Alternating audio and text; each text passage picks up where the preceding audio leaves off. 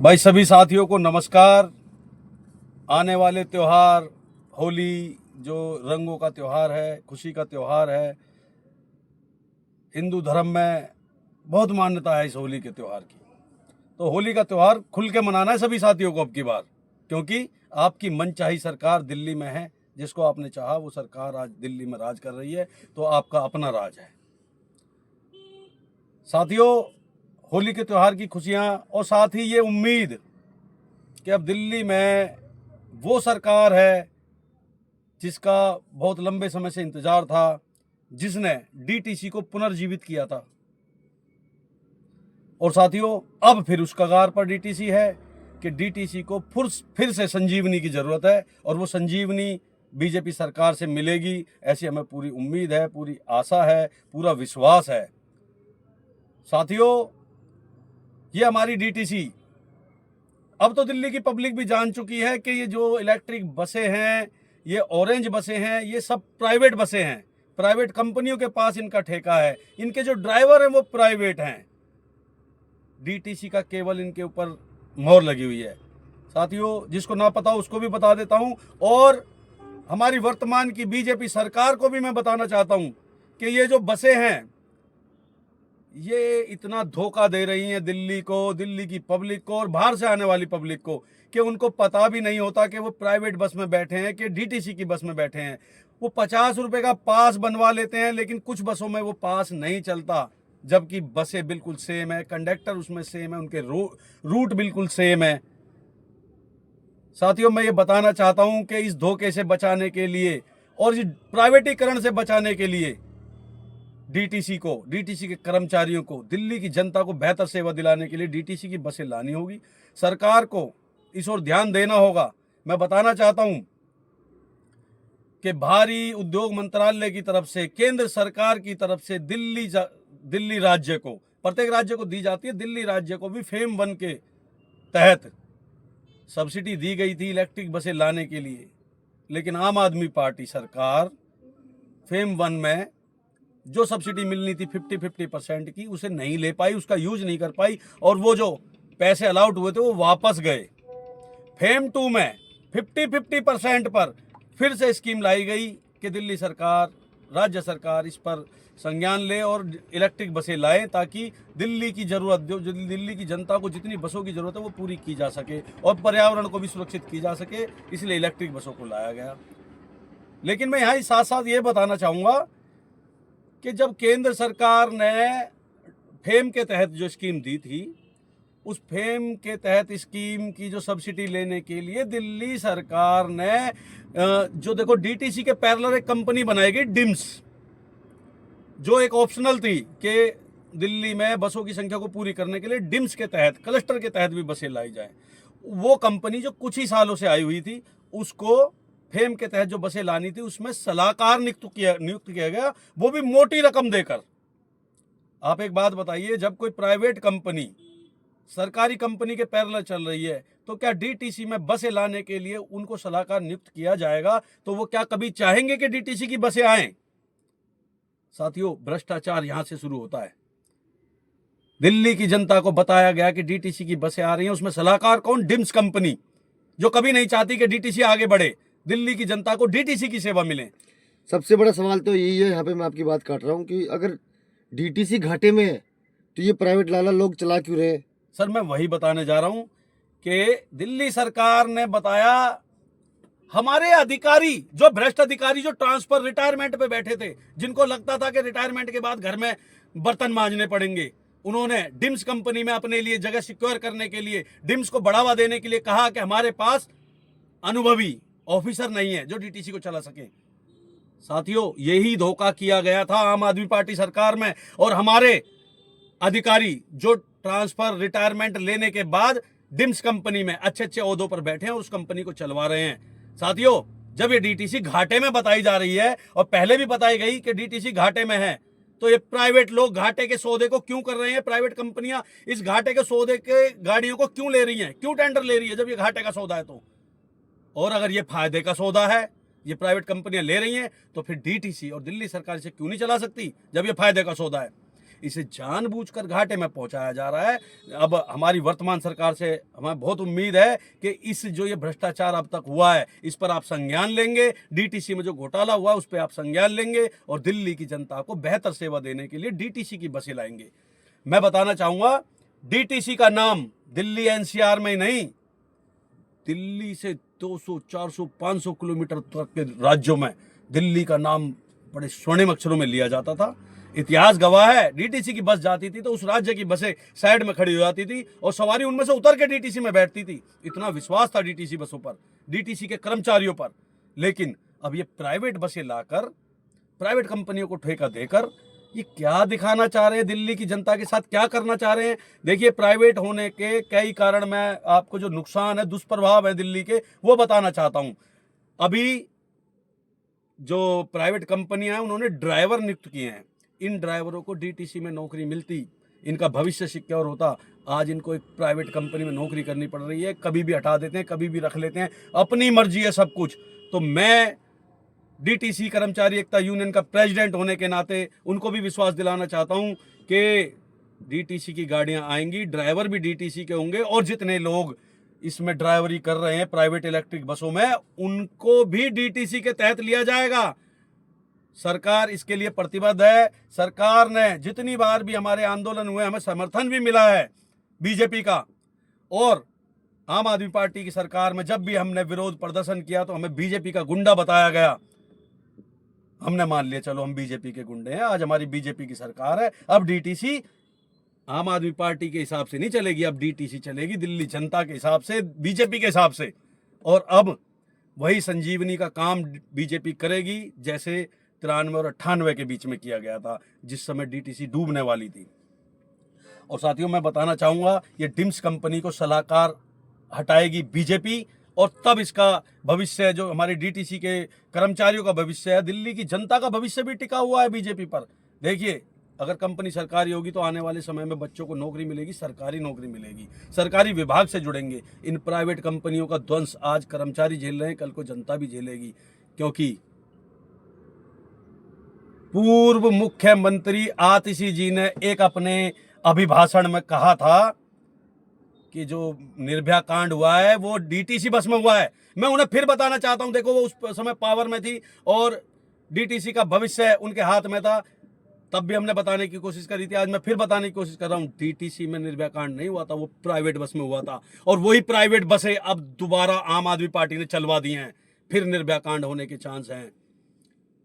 साथियों, ललित जी का बहुत बड़ा टॉपिक है निजीकरण को लेकर, डीटीसी के निजीकरण को लेकर। पर साथियों, मैं बता देना चाहता हूं कि जो हमारी बेसिक डीए की फाइल थी, आम आदमी पार्टी ने जो इतनी बड़ी प्रेस कॉन्फ्रेंस करके के माध्यम से पूरी दिल्ली को, पूरे देश की जनता को बताया था कि डीटीसी कर्मचारियों की बेसिक डीए और ग्रेड पे की फाइल पास कर दी गई है, उनको बेसिक डीए ग्रेड पे दे दिया गया है, उनकी कंडक्टर की तनख्वाह 29,000 समथिंग कुछ हो गई है, ड्राइवर की 32,000 कुछ हो गई है।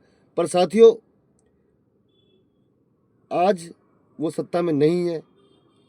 जिस तरीके से उन्होंने बताया कि एलजी के साइन हो गए हैं और आपकी तनख्वाह बढ़ा दी गई है और आपको बढ़ के मिल जाएगी जैसी सरकार हमारी बनेगी, पर वो फाइल जैसे के तैसे ही अब अभी तक डीटीसी हेडक्वार्टर में पड़ी है, हमारे एमडी महोदय के टेबल पे पड़ी हुई है, क्योंकि अभी तक उस फाइल पर बोर्ड की मीटिंग तक नहीं हुई है।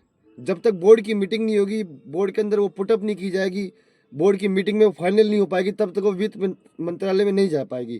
पर आम आदमी पार्टी ने डीटीसी के कॉन्ट्रैक्ट कर्मचारी के साथ, संविदा कर्मचारी के साथ दागा किया, विश्वासघात किया, जिनकी सजा आज वो भुगत रहे हैं। शायद अगर वो ऐसा नहीं करते, शायद आज वो सत्ता के अंदर होते, पर उन्होंने हमें बरगला के रखा कि तुम्हारे एलजी के साइन हो गए हैं, तुम्हारी तनख्वाह बढ़ जाएगी, हमारी सरकार आते ही तुम्हें ये वेतन मिलने लग जाएगा। पर साथियों, आज हमारी तनख्वाह वहीं की वहीं फंसी हुई है। पर हमें इस समय हम बीजेपी की सरकार के ऊपर हमें पूरा विश्वास है।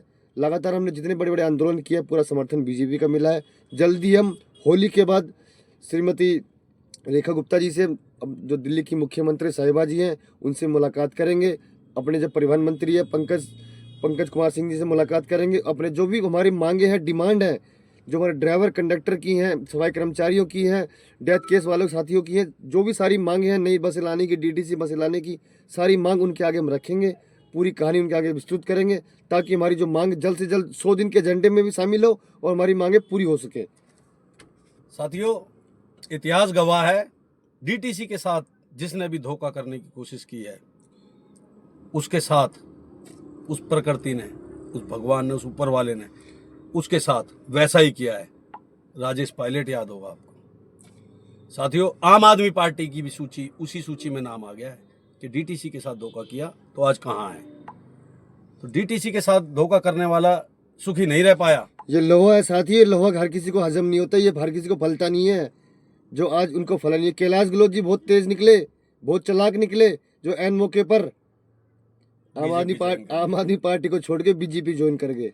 लेकिन देखो, उनके साथ भी ऐसा हुआ, आज किसी मंत्रालय में नहीं है, केवल एक विधायक है।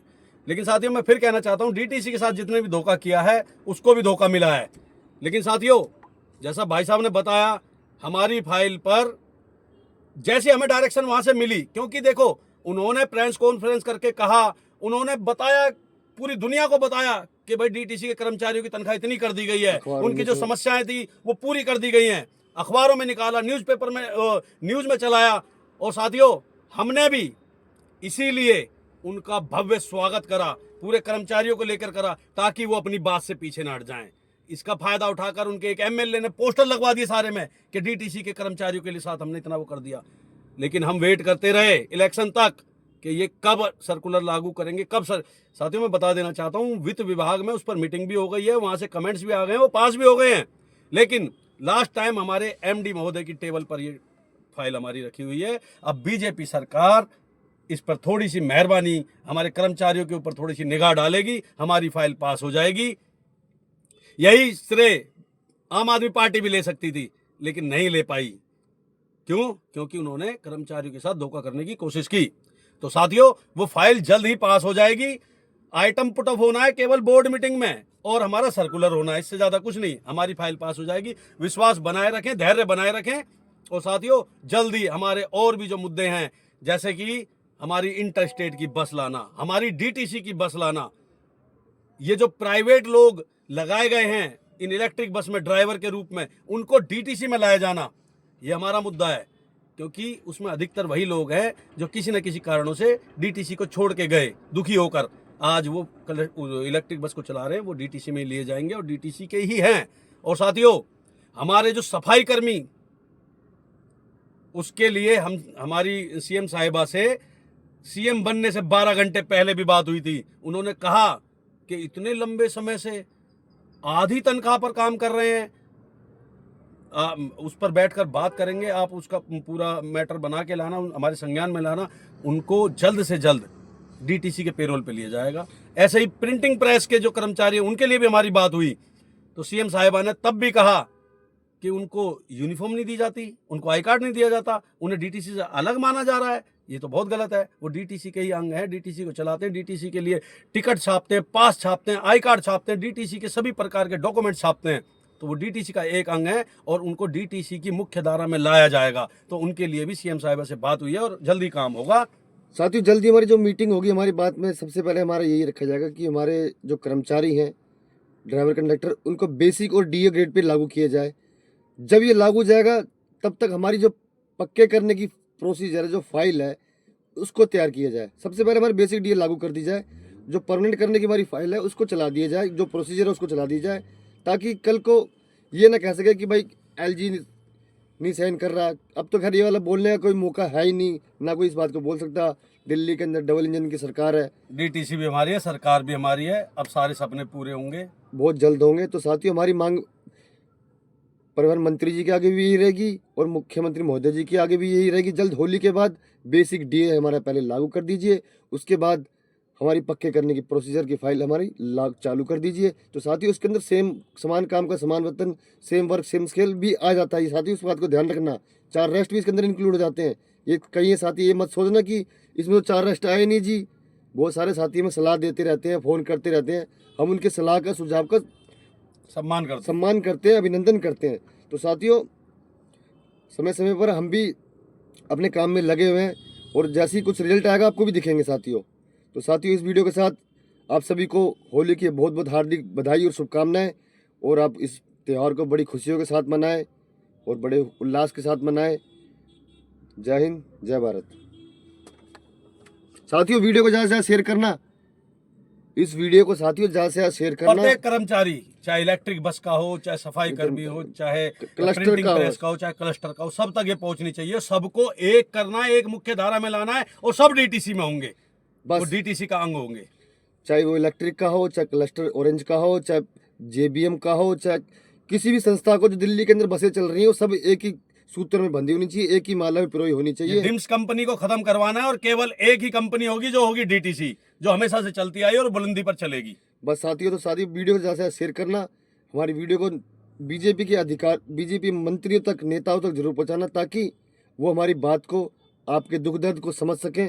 और साथियों, ज़्यादा से ज़्यादा हमारे चैनल को लाइक करना, सब्सक्राइब करना, शेयर करना। ये आपका अपना चैनल है, डीटीसी के कर्मचारियों का चैनल है, जड़ तक न्यूज। जब तक साथियों, और कमेंट्स जरूर करना साथियों कि आपको इस वीडियो में क्या कमी रहेगी और क्या तुम्हें हमें बोलना चाहिए था, हमें करना चाहिए, क्या तो आपकी सुझाव है, क्या आपके उपचार हैं, तो उस पर भी हम काम करेंगे साथियों। साथियों, एक बात और कहना चाहूंगा, जिनकी ट्रेनिंग हो चुकी है, जो हाँ। काफी समय से हमें फोन कर रहे हैं, हम्म। तो जब हमारी बसें आएंगी तो सबसे पहले डीटीसी की तरफ से कॉल उनको जाएगी। आप तैयार रखें, अपने डॉक्यूमेंट्स पूरे रखें। कंडक्टर लाइसेंस अगर रिन्यूअल नहीं हुआ है तो उसे करवा लें, अपनी फर्स्ट एड को रिन्यूअल करा लें, अपने डॉक्यूमेंट्स ओके रखें। आपको डीटीसी की बस की फाइल ओके होते के साथ ही आपके पास कॉल जानी शुरू हो जाएगी। आप भी तैयार रहें। धन्यवाद साथियों। जय हिंद साथियों।